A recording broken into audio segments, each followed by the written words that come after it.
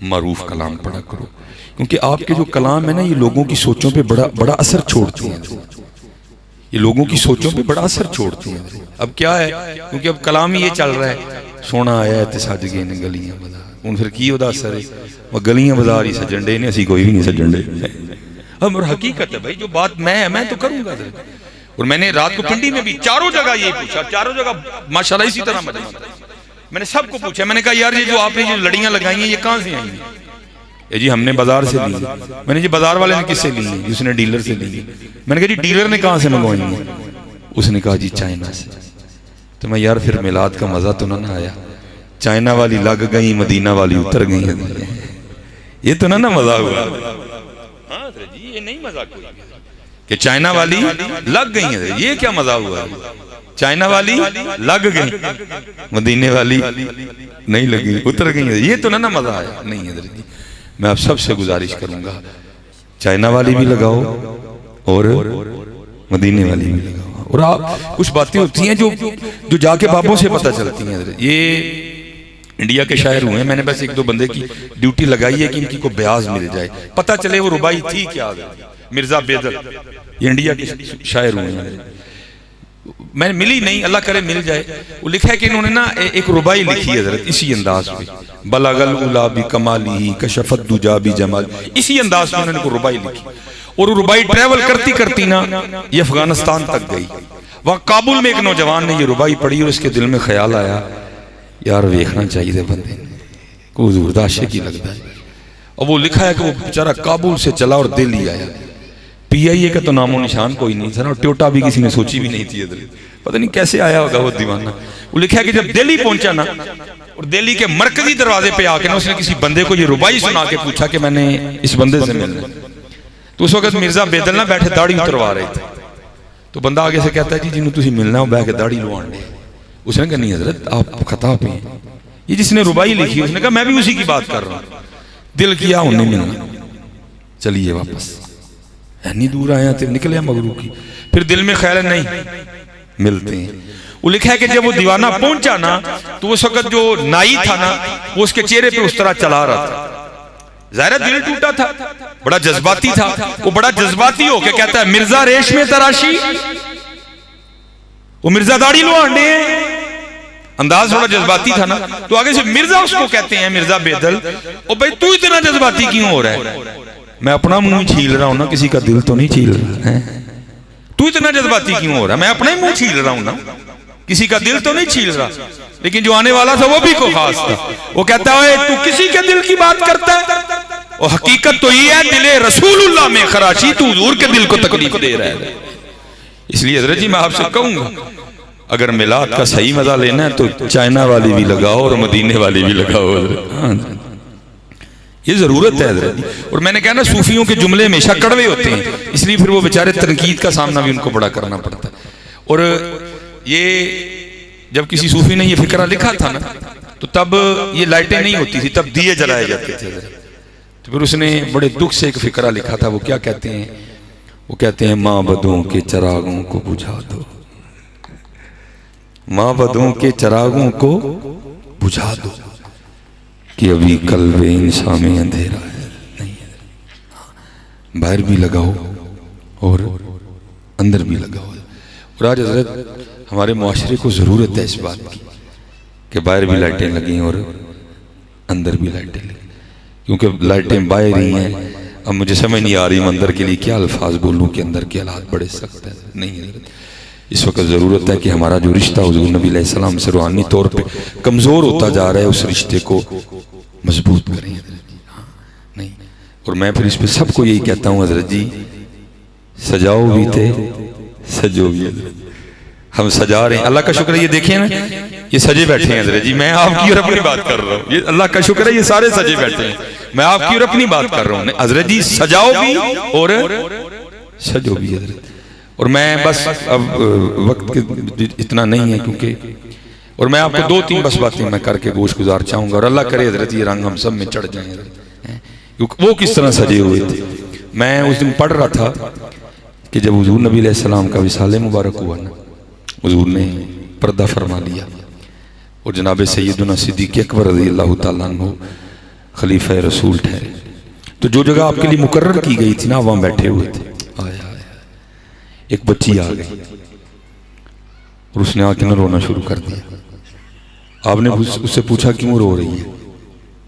وہ کہتی میں اس لیے رو رہی ہوں کہ حضور نبی علیہ السلام کا وصال ہو گیا. آپ نے فرمایا اگر تیرے رونے کی وجہ یہی ہے تو پھر تجھے کیا بتاؤں کہ اس وقت قلب ابو بکر کا کیا حال ہے. وہ کہتی نہیں ایک اور وجہ بھی ہے رونے کی. آپ نے پوچھا وہ کیا ہے؟ وہ کہتی ہے میں یتیم ہوں, میری ماں بھی انتقال کر گئی ہے, میری ایک دادی ہے جو آنکھوں سے نابینا ہے, ہماری بکریاں ہیں, ان کا دودھ بیچ کے نا ہم گزر بسر کرتے ہیں. میری جو دادی ہے وہ دودھ نکال نہیں سکتی, میرے چھوٹے چھوٹے ہاتھ ہیں مجھ سے نکلے گا نہیں. رو اس لیے رہی ہوں کہ جب تک حضور نبی علیہ السلام اپنی حیات ظاہری کے ساتھ ہم میں موجود تھے نا, اب روز تشریف لایا کرتے تھے اور ہمیں بکریوں کا دودھ نکال کے دیا کرتے تھے. یہ رنگ کہاں ہے؟ یہ رنگ کہاں گئے؟ یہاں تو جس کو ہاتھ لگاؤ ہر بندہ ہی غصے میں ہے حضرت. کیوں؟ کیونکہ حضرت جی ہم نے سجا تو لیا, ہم سجے نہیں کوئی بھی. کہا جب تک حضور اپنی حیات ظاہری کے ساتھ موجود تھے نا, اب روز تشریف لایا کرتے تھے اور ہمیں یار ذرا شان دیکھو ہے محبوب, اگر آپ کو بنانا نہ ہوتا ہم نے اپنا رب نہیں ظاہر نہیں کرنا چاہتے. شان تو دیکھو یار. فرمایا جب تک موجود تھے ظاہری حیات طیبہ کے ساتھ روز تشریف لایا کرتے تھے اور دودھ نکال کے دیا کرتے تھے. اب میں اس لیے رو رہی ہوں کہ حضور نبی علیہ السلام کا تو وصال ہو گیا, اب دودھ کون نکالا کرے گا؟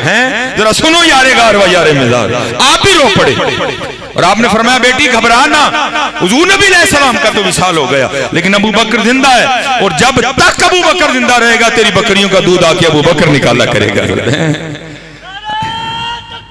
اللہ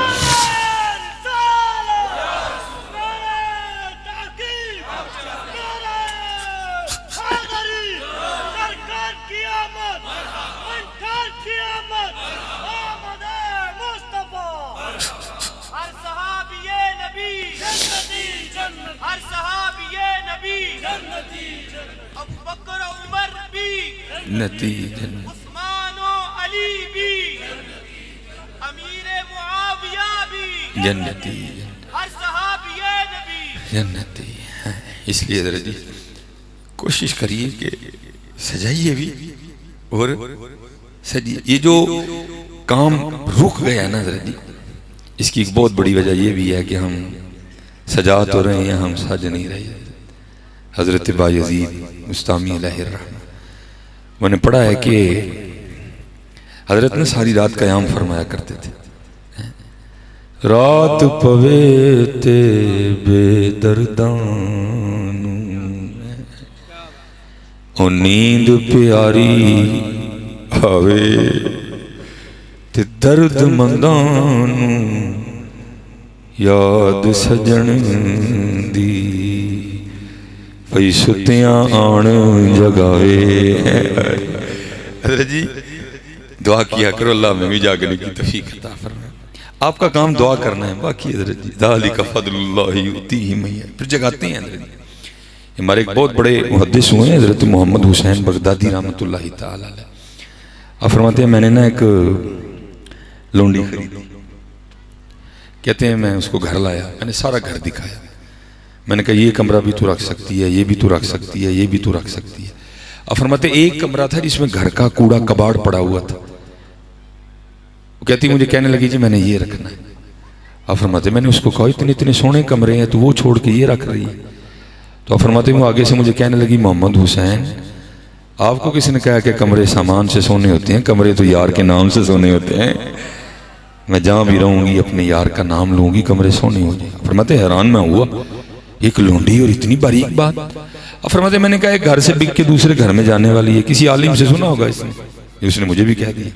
کہتے بس وقت گزرتا گیا, اس کے بعد بس کام سے کام. بس کہتے ایک رات کیا ہوا, مجھے پیشاب کی حاجت ہوئی, اور کہتے جب میں اس کے کمرے کے پاس سے گزرانا تو کیا دیکھتا ہوں, اس کے کمرے سے رونے کی آواز آ رہی ہے. کہتے میں نے کہا کہیں اس کو کوئی تکلیف ہی نہ ہو. کہتے میں نے دروازہ تھوڑا سا کھول کے دیکھا تو کیا دیکھتا ہوں, کوئی درد سے نہیں رو رہی, وہ مصلی پہ کھڑے ہو کے قرآن کریم پڑھتے رو رہی ہے. اور حضرت جی کیا لطف ہوگا ہے سرگی کے وقت قرآن کریم پڑھنے کا. آپ فرماتے وہ اندر رو رہی تھی، میں باہر رو رہا تھا. وہ تو رو رہی تھی نا قرآن پڑھ کے. آپ فرماتے میں اس لیے رو رہا تھا محمد حسین وہ ایک لونڈی ہو کے جاگ رہی ہے اور تو کتنا بڑا عالم ہو کے بھی سویا ہوا ہے. آپ فرماتے وہ اندر روتی رہی، میں باہر روتا رہا. آپ فرماتے جب صبح کا وقت آئے نا مناجات کا وقت، تو وہ دعا کیا کرتی ہے، مختصر کروں گا. یا اللہ تجھے اس محبت کا واسطہ جو تجھے مجھ سے ہے. اللہ یہ مضمون قرآن کریم میں موجود ہے، یحبہم و یحبونہ.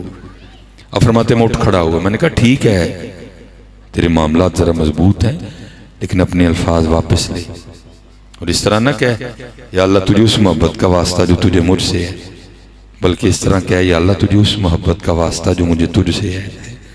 اب فرماتے ہو آگے سے کہنے لگی محمد حسین ٹھیک ہے آپ بہت بڑے عالم ہیں لیکن میں اپنی بات پہ ابھی بھی پکی ہوں، اور میں یہی کہوں گی یا اللہ تجھے اس محبت کا واسطہ جو تجھے مجھ سے ہے.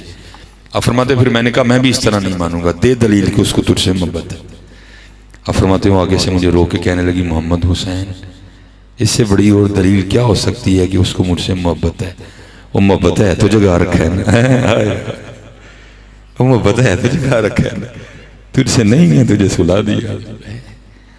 آپ دعا کیا کرو یا اللہ توفیق دے، پھر وہ جگائے گا تمہیں بھی.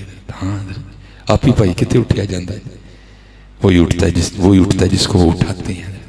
لیکن آپ دعا تو کریں نا حضرت، پھر دیکھو کرم ہوتا ہے کہ نہیں. محمد حضرت بایزید کے لیے لکھا ہے کہ آپ ساری رات قیام فرمایا کرتے تھے. ایک رات کیا ہوا، ساتھ والے گھر سے نا بچے کے رونے کی آواز آ رہی تھی. اللہ حضرت ان کے خشوع خضوع اتنے مضبوط تھے کہ میں کہتا ہوں لاکھ بچے بھی مل کے روئیں تو اس میں کوئی فرق نہیں پڑتا تھا حضرت. لیکن دل اس لیے گھبرا رہا تھا کہ بچہ رو کیوں رہا ہے، کیا وجہ ہے. لیکن بڑے محتاط لوگ تھے حضرت. وہ رات کو آپ نہیں گئے، صبح نماز فجر پڑھ کے جب مستعام والے اٹھ گئے گہما گہمی ہوئی، آپ نے جا کے دروازے پہ دستک دی تو وہ ایک عورت نکلی. آپ نے پوچھا تیرے گھر میں کوئی مرد نہیں ہے؟ وہ کہنے لگی میرے خاوند تجارت کی غرض سے بڑی دور گئے ہوئے، جو وقت دے کے گئے تھے وہ واپس نہیں آ سکے. اب فرمایا میں نے پوچھا ساری رات تیرے گھر سے بچے کے رونے کی آواز آتی رہی، کیا وجہ ہوئی؟ وہ کہنے لگی میرے خاوند آ نہیں سکے اور ان کی غیر موجودگی میں میرے گھر ایک بچہ پیدا ہوا ہے، اور جو وہ خرچہ دے کے گئے تھے نا وہ ختم ہو گیا، اور اب حال یہ ہے کہ رات کو دیے میں ڈالنے کے لیے تیل بھی نہیں تھا. ساری رات بچہ اندھیرے کی وجہ سے روتا رہا ہے. یہ تھے وہ لوگ حضرت جی جو سجاتے بھی تھے جو سجتے بھی تھے حضرت. آپ اسی ٹائم بازار گئے، جو ضرورت کی اشیاء تھی سب خرید کر لا کے دی. فرمایا میں بھی خیال رکھوں گا لیکن تجھے ضرورت پڑے نا تو تو نے بھی بلا جھجک مجھے پیغام بھیجنا ہے، میں پورا دھیان رکھوں گا. وقت گزر گیا، خامن واپس آ گیا. اس نے آ کے پہلا سوال یہ کیا پریشانی تو نہیں ہوئی؟ اس نے کہا بس ایک رات ہوئی تھی پھر نہیں ہوئی. اس نے کہا ایک رات کیوں ہوئی پھر کیوں نہیں ہوئی؟ اس نے کہا اس دن یہ کیفیت تھی کہ دیے میں ڈالنے کے لیے تیل بھی نہیں تھا. بچہ ساری رات اندھیرے کی وجہ سے روتا رہا، لیکن اگلے دن آ کر حضرت بایزید نے دروازے پہ دستک دی اور پھر اس کے بعد انہوں نے کوئی تکلیف نہیں ہونے دی. وہ کہتا چلو پھر میں ذرا شکریہ ادا کر رہا ہوں. حضرت کے پاس آیا شکریہ ادا کرنے. حضرت شکریہ، آپ نے میری غیر موجودگی میں میرے بچوں کا میرے گھر کا بڑا دھیان رکھا. آپ آگے سے رو پڑے. آپ نے فرمایا یار شکریہ چھوڑ، میں نے یہ سب کو شکریہ کے لیے نہیں کیا تھا، بس تو ایک کام کر، وہ جو ایک رات بچہ رویا تھا نا اس کے لیے تو مجھے معاف کر دے. وہ حیران ہو گیا، حضرت جی آپ کیا بات کر رہے ہیں؟ آپ نے فرمایا ہاں تو شکریہ کو چھوڑ، وہ جو ایک رات بچہ رویا تھا نا تو اس کے لیے مجھے معاف کر. بتا معاف کر دیا؟ وہ بھی رو پڑا، حضرت جی آپ کیسی بات کر رہے ہیں؟ آپ نے فرمایا بات یہی ہے، ہم نے اپنے بڑوں سے سنا، انہوں نے صحابہ سے سنا کہ صحابہ فرماتے ہیں کہ حضور نبی علیہ السلام ہمسائے کے لیے اتنی تلقین فرمایا کرتے تھے ہمیں گما ہو گیا تھا کہ حضور نبی علیہ السلام ہمسائے کو وراثت میں شریک نہ کرتے. میں نفل پڑھتا رہا اور ساری رات تیرا بچہ روتا رہا، تو پہلے مجھے بتا تو نے معاف کر دیا؟ وہ آگے سے رو کے عرض کرتا ہے حضور معافی کو آپ بھی چھوڑیں اور پہلے اس طرح کریں کہ کلمہ پڑھا کے مجھے بھی اپنے دین میں شامل کر لیں. سجے بھی اور سجائیں بھی، سجائیں بھی اور سجے بھی، کیونکہ ہم سجا رہے ہیں، ہم سج نہیں رہے حضرت. یاد رکھیے گا حضرت حضور نبی علیہ السلام کی جو خوشی ہے وہ سجانے میں بھی ہے اور وہ سجنے میں بھی ہے حضرت. اور آپ سج کے تو دیکھیں حضرت جی، پھر دیکھیں تو صحیح کیا کرم ہوتا ہے، کیا فضل ہوتا ہے حضرت. صرف کمی یہی ہے حضرت کہ ہم تو مائل بکرم ہیں، کوئی سائل ہی نہیں حضرت. راہ دکھائیں کسے کوئی راہ روے منزل ہی نہیں. صرف حضرت جی معاملے تھوڑے اس سمت چل نکلیں. حضرت خواجہ محمد معصوم رحمۃ اللہ تعالی، بس میں اسی بات کو سمیٹوں گا. آپ فرماتے ہیں مجھے حضور نبی علیہ السلام نے مدینہ پاک بلایا. حضرت مجدد الفسانی رحمۃ اللہ تعالی علیہ کے فرزند اکبر کہتے میں جب حاضر ہوا نا بابو سلام سے اندر داخل ہوا. اب وہاں بندے کی کیا کیفیت ہوتی ہے؟ سب سے پہلے میں حضور نبی علیہ السلام کی بارگاہ میں جا کے نہ سلام پیش کروں. اب فرماتے میری بھی یہ کیفیت تھی، لیکن ساتھ ایک اور رنگ بھی تھا. وہ کیا؟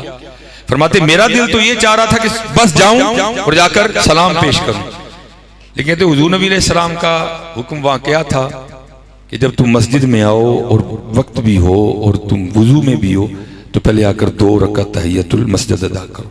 کہتے ایک دل کہے کہ پہلے جاؤں، ایک دل کہے کہ نفل پڑھوں، کبھی دل کرے وہ جاؤں. پھر آپ فرماتے میں نے کیا کیا؟ میں نے اپنی خواہش کو ختم کیا اور محبوب کی مرضی پہ چلا. اور آپ فرماتے میں نے ریاض الجنہ شریف میں 2 نفل پڑھے. اور آپ فرماتے پھر اس رنگ کیا لگا؟ آپ فرماتے جیسے میں نے سلام پھیری اور نماز ختم کی تو کیا سنتا ہوں کہ مزار انور سے آواز آ رہی ہے محمد معصوم جلدی آ، میں تجھ سے بھی زیادہ تیرا مشتاق ہوں. یہ رنگ حضرت جی تب بھی لگیں گے جب ہم صرف سجائیں گے نہیں، ہم سجیں گے بھی حضرت. ٹھیک ہے جی، اللہ رحم فرمائے. میں اسی پہ بات کو ختم کروں گا کہ باروں بیر باری پھیر نہ کڑی ہوں دردہ کوڑا. حضرت یہ کوڑا ہی حضرت جی جس نے دور کر دیا. اگر یہ کوڑا نہ ہو تو پھر پتہ نہیں کیا ہو حضرت. فاصلوں کو تکلف ہے ہم سے اگر، ہم بھی بے بس نہیں، بے سہارا نہیں. کوئے سرکار میں ہوگا کہیں مصروف طواف، دل اگر سینے میں ہوتا تو دھڑکتا ہوتا ہے. لوگ کہتے ہیں کہ سایہ تیرے پیکر کا نہ تھا، میں تو کہتا ہوں جہاں بھر پہ ہے سایہ تیرا ہے. پورے قد سے جو کھڑا ہوں تو ہے یہ تیرا کرم، مجھ کو جھکنے نہیں دیتا ہے سہارا تیرا ہے. ایک بار اور بھی طیبہ سے فلسطین میں آ کہ راستہ دیکھتی ہے مسجد اقصیٰ تیرا ہے. یہ جو جلالی صاحب والا معاملہ چل رہا ہے یہ بھی رنگ ہے حضرت. پتہ نہیں کیا کیا عطائیں ہونی ہیں حضرت. اس قید نے پتہ نہیں حضرت کو اور کیا کیا مقامات عطا فرمانے. باقی تو حضور کے غلاموں کے بڑے رنگ ہوتے ہیں. یہ چلو یہ بھی بات پیچھے سے ہی آئی ہے، چلو میں دیکھ کے اس پہ بات کروں. امام یافعی رحمۃ اللہ تعالی علیہ آپ فرماتے ہیں دوران خطاب نا کو بغداد شریف کے کوئی عالم دین تھے، انہوں نے ہارون کے لیے بڑے سخت فکرے بولے. وہ آ کے ایجنسیوں نے خبر دے دی کہ حضرت مولوی صاحب نے جمعہ چوک تاڑے دل آیا. اس نے کہا پھڑ کے لیا مولوی، اور وہ لے آئے. میں نے پڑھا ہے کہ اس نے قید خانے میں نہیں ایک ڈبے میں بند کیا جس میں بندہ حرکت بھی نہیں کر سکتا. 1-2 دن میں بابا جی لگے جائیں گے. امام یافعی نے لکھا ہے جب صبح ہارون آ کے اپنے دربار میں بیٹھا نا تو کسی سپاہی نے آ کر خبر دی حضور بڑے مولوی اور ڈبے چ نہیں بند کیتے. کیا ہو؟ انہوں نے کہا تو باہر باغ چ پھرن دے. اچھا. اس نے کہا کہ حضرت کا مرید نہ ہو میری سپاہ میں. انہوں نے کہا جاؤ بابے رن بلا کے لے آؤ. وہ بلا کے لائے. اب ہارون نا بابا جی سے پوچھتا ہے بابا جی آپ کو باغ میں کون لے کے گیا؟ وہ آگے سے کہنے لگے جس نے مجھے ڈبے سے نکالا. وہ پھر پوچھتا آپ کو ڈبے میں سے کس نے نکالا؟ آپ فرمانے لگے جو مجھے باغ میں لے کے گیا. اب ہارون پڑھا لکھا آدمی تھا، بات اسے بھی سمجھ آ گئی. وہ لکھا ہے کہ وہ اپنے سر پہ ہاتھ رکھ کے نا ہارون کہتا ہے وہ یہ کتنی عجیب بات ہے. وہ آگے سے کہتے ہیں ہارون یہ بتا تیرے اور میرے رب کی کون سی بات عجیب نہیں ہے. وہ لکھا ہے کہ ہارون نے اپنے وزیر کو بلایا اور بلا کر اس کو کہتا ہے جو میرا شاہی گھوڑا ہے نا، جو میرا شاہی گھوڑا ہے وہ لے کے آؤ اور بابا جی کو گھوڑے پہ بٹھاؤ اور پورے بغداد کا چکر لگاؤ اور ساتھ ایک بندہ پیچھے یہ اعلان کرتا جائے یہ وہ ہے جس کو ہارون نے ذلیل کرنا چاہا، اللہ نے اس کو عزت دی اور ہارون کو بھی اس کی عزت کرنی پڑ گئی. حضرت ہے پتہ نہیں حضرت جی کیا عطائیں ہونی ہیں، کیا کیا دینا ہے انہوں نے.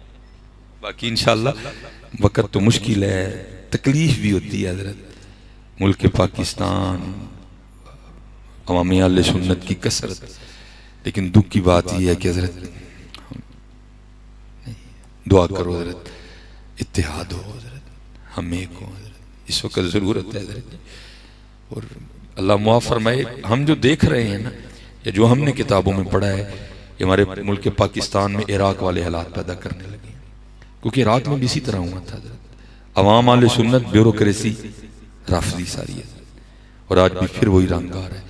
لیکن انشاءاللہ مجھے بڑی امید ہے اللہ کے گھر کی کہ میر عرب کو آئی ٹھنڈی ہوا جہاں سے، میرا وطن وہی ہے میرا وطن، یہ حضور کا دیش ہے، انشاءاللہ اس کی سطح ہی کہہ رہی ہیں۔ دیکھو تو صحیح نظر ہے قبلہ، میں نے خود اس مجذوب کی زیارت کی ہے، میں نے خود ان کی زیارت کی ہے۔ وہ ہمارے ادھر میں نے 6 سال وہاں امامت اور خطابت کی، وہاں وہ ایک گھر میں رہتے تھے، اس وقت ان کی کیفیت کچھ اور تھی، اور اب بھی یہ آپ میرے ہاتھ دیکھ رہے ہیں نا، اس پہ لکیریں موجود ہیں، حضرت کے ہاتھوں پہ لکیریں کوئی نہیں تھی، جس طرح ہوتا ہے نا بندے کا ہاتھ جل جائے، حضرت کے ہاتھوں پہ لکیریں کوئی نہیں تھی، میں نے خود ان کے ہاتھ دیکھے ہیں۔ تو جس گھر میں رہتے تھے نا، انہوں نے مجھے یہ بات سنائی، کہتے ہیں کہ ہمارے گھر کا یہ معمول رہا ہے کہ ہم ہر وقت حضرت کے لیے ایک سوٹ تیار رکھتے ہیں، 1 دن بعد آئیں، 2 دن بعد آئیں، 1 ماہ بعد آئیں، ہم نے سوٹ تیار رکھا ہوتا ہے، بس حضرت نے آنا ہے، سوٹ بدلنا ہے، پھر چلے جائیں۔ کہتے جب 65 کی جنگ لگی نا، حضرت نہیں آئے جتنے دن جنگ تھی، جب جنگ ختم ہو گئی تو آئے، تو کہتے ہیں ہم نے کیا دیکھا، حضرت کے ہاتھ اتنے اتنے سوجے ہوئے ہیں، سرخ ہیں اور اتنے اتنے سوجے، موٹے ہاتھ حضرت۔ وہ جو اس گھر کی بڑی اماں تھی نا، دادی تھی جو، وہ کہتی میں نے ان سے پوچھا سائیں جی یہ تھانوں کی ہویا جی؟ تو اپنی پنجابی میں نا مخصوص بول کے کہنے لگے آئے تھے پاکستان پہ حملہ کرنا، وہ بم پھینکتے تھے میں کیچ کر کے واپس پھینک دیتا تھا، وہ بم پھینکتے تھے میں کیچ کر کے واپس پھینک دیتا تھا، یہ اس وجہ سے رات میرے سوج گئے ہیں حضرت۔ ہاں حضرت جی، اور وہ روتے ہیں حضرت جی، وہ تو ارادہ کر کے آئے تھے ناشتہ لاہور کرنا جا کے، وہ کہتے ہیں سپاہ بھی لڑی ہے حضرت، لیکن کہتے ہیں ارے سی ہونا رہے ہیں چولے والے گلو ہیں۔ ہاں حضرت جی، اور باقاعدہ یہ موجود ہے حضرت جی، بزرگ فرماتے ہیں جب حملہ ہوا تو جو خادم خاص تھے انہوں نے دیکھا کہ حضور نبی علیہ السلام نے زرہ باندھی ہے حضرت، جنگی لباس پہنا ہے، وہ کہتے ہیں میں نے خواب ہی حضور نبی علیہ السلام کی بارگاہ میں عرض کی محبوب یہ کیا انداز ہے، تو آپ نے فرمایا انڈیا نے میرے پاکستان پہ حملہ کیا، میں اس کی مدد کے لیے جا رہا ہوں۔ اللہ، ہاں حضرت جی، اللہ کا شکر ہے پاکستان کے ساتھ آج بھی حضور کی مدد ہے، حالات سخت چل رہے ہیں، لیکن انشاءاللہ حضرت جی اللہ نے چاہا تو دن اچھے بھی آئیں گے۔ وما علینا الا البلاغ المبین۔